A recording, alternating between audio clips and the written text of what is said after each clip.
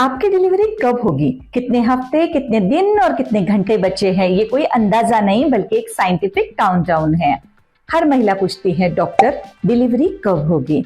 लेकिन आज मैं आपको सिर्फ तारीख नहीं बल्कि एकदम सटीक तरीका बताऊंगी जिससे आप खुद ही जान पाए कि आपकी डिलीवरी में कितने हफ्ते, कितने दिन और कितने घंटे बाकी है। और उससे भी ज्यादा क्या वो नॉर्मल होगी और कौन कौन से लक्षण दिखेंगे आपके शरीर में। चलिए एक एक साइंटिफिक सिग्नल को समझते हैं और तैयार होते हैं उस सबसे खास घड़ी के लिए। नमस्कार, मैं हूं डॉक्टर प्रीति चौधरी, गायनेकोलॉजिस्ट। अगर आप चैनल पर नए हैं तो चैनल को सब्सक्राइब करें, साथ ही वीडियो अच्छी लगे तो इसे लाइक शेयर जरूर करें। सबसे पहले जानते हैं कि डिलीवरी काउंटडाउन को कैसे कैलकुलेट करें। तो सबसे पहले हमें निकालनी है आपकी ईडीडी यानी कि एक्सपेक्टेड डेट ऑफ डिलीवरी। इसके लिए आपकी जो LMP लास्ट मेंस्ट्रुअल पीरियड जो है उसमें हम 280 दिन या फिर 9 महीने 7 दिन जोड़ते हैं, जो कि टोटल 40 हफ्ते हो जाते हैं और हमारी एक्सपेक्टेड डेट ऑफ डिलीवरी हमें मिल जाती है। इस हिसाब से अगर आपकी LMP 1 जनवरी को है तो आपकी ड्यू डेट होगी 8 अक्टूबर। अब बात करते हैं उन रहस्यमय इशारों की जो बताते हैं कि डिलीवरी का टाइम नजदीक है। तो आइए जानते हैं डिलीवरी के लक्षण हफ्तों के हिसाब से।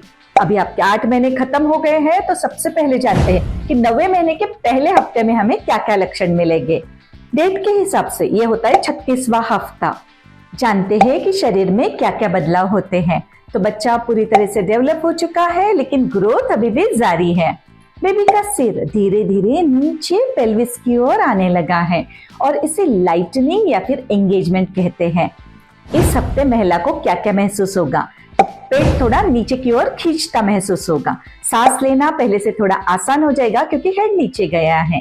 यूरिनेशन बार बार होगा क्योंकि बेबी का हेड ब्लैडर को प्रेस कर रहा है और साथ ही थकान अधिक महसूस होगी।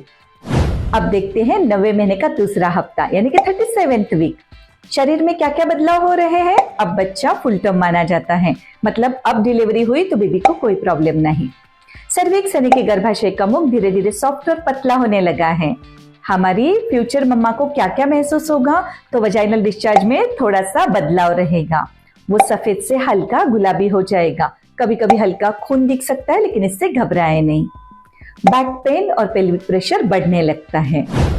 अब देखते हैं 9वें महीने का तीसरा हफ्ता यानी कि 38th वीक। शरीर में क्या क्या बदलाव हो गए। तो सर्विक्स अब धीरे धीरे खुलना शुरू हो जाता है, 1 to 2 सेंटीमीटर तक डायलेट हो जाता है। हार्मोन्स में तेज बदलाव आता है, ऑक्सीटोसिन और रिलैक्सिन हार्मोन्स बढ़ने लगते हैं।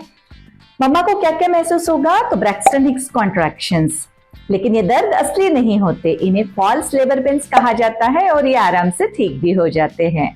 फिर मम्मा को नींद में परेशानी आती है, बिस्तर पे करवट बदलना मुश्किल हो जाता है और अब क्योंकि जगह कम बची है बच्चा कम हिलने लगता है।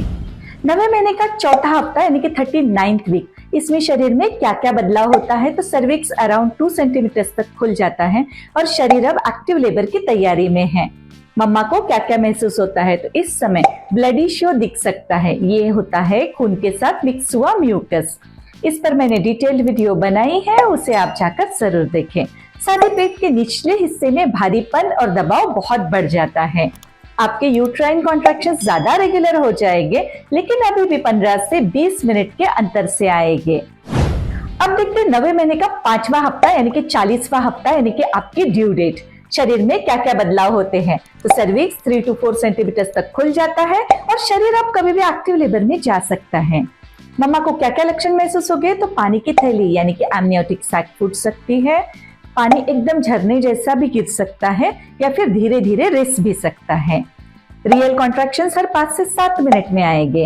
ये दर्द कमर से शुरू होकर पेट से होकर थाइस तक जाता है। अब जानते हैं डिलीवरी के 12 से 6 घंटे पहले के संकेत जो कि मोस्ट क्रूशियल है। इस समय के सटीक लक्षण होते हैं कि कॉन्ट्रैक्शंस बहुत रेगुलर हो जाते हैं हर 3 से 5 मिनट पर और हर बार कॉन्ट्रैक्शंस 40 से 60 सेकंड्स तक रहता है।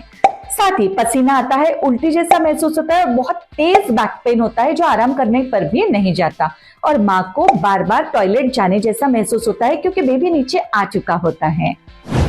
अब जानते हैं कि डिलीवरी के 2 घंटे पहले क्या होता है। तो इस समय आपका सर्विक्स 7 to 8 सेंटीमीटर तक खुल जाएगा, दर्द अब बहुत ज्यादा और लगातार हो जाएगा और पुश करने की इच्छा महसूस होगी। और ये वही समय है जब डॉक्टर आपको लेबर रूम में भेजेंगे। तो मेरी सलाह यह है कि अगर आप हर हफ्ते आपके शरीर के सिग्नल को समझे तो आपको हॉस्पिटल कब जाना है ये कंफ्यूजन कभी नहीं होगा।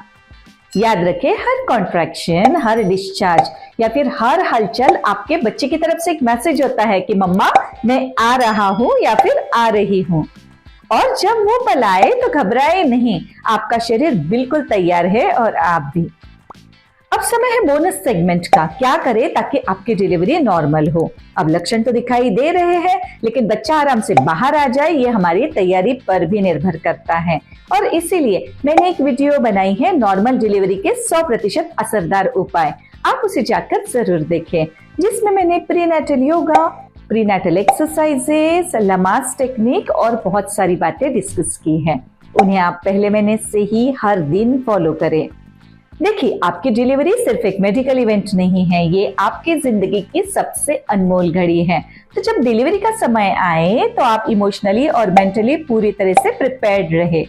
मैं डॉक्टर प्रीति अब विदा लेती हूँ आपसे। मुझे सुनने के लिए बहुत बहुत धन्यवाद।